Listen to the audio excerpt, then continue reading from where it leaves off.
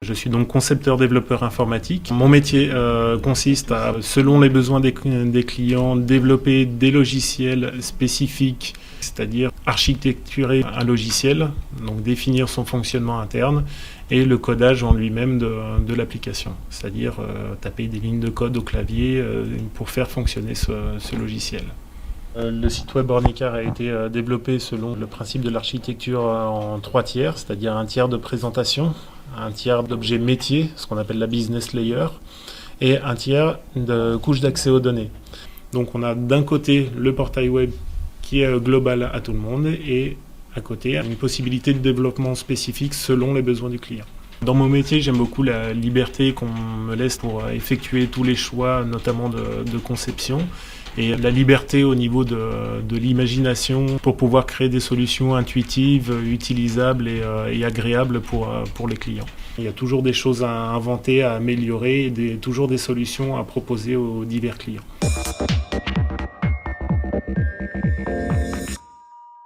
Nous sommes une société d'une quinzaine de personnes. Nous développons des solutions dans la géolocalisation de véhicules professionnels.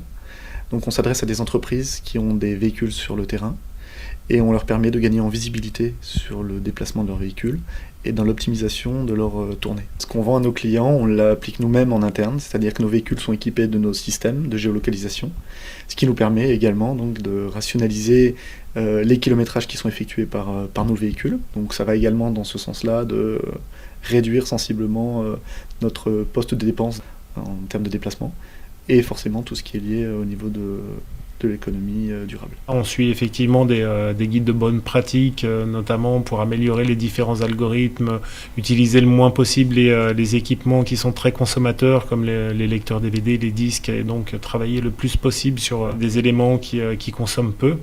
Et d'un point de vue architecture matérielle, on fait aussi en sorte d'avoir toujours recours à des serveurs qui sont capables de générer de l'économie d'énergie, notamment au niveau des processeurs sur lesquels il y a eu beaucoup d'avancées ces derniers temps.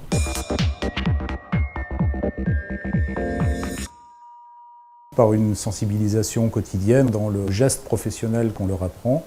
On les sensibilise à concevoir une application de manière propre, bâtir une architecture applicative qui soit optimisée. Le métier de concepteur-développeur a changé avec le développement durable dans la mesure où justement il y a des technologies qui ont été introduites, on va dire, notamment tout ce qui est dématérialisation, tout ce qui est communication plus virtuelle. On peut limiter les déplacements grâce à l'informatique nomade. Actuellement, l'informatique nomade, donc tout ce qui est développement d'informatique de téléphonie mobile, de géolocalisation, sur smartphone. Donc tout ça va faire en sorte qu'on va pouvoir globalement limiter la consommation énergétique. Être acteur du développement durable pour un concepteur-développeur, une conceptrice-développeuse informatique, c'est, pour la dimension environnementale, développer des applications N-tiers qui optimisent les processus d'entreprise.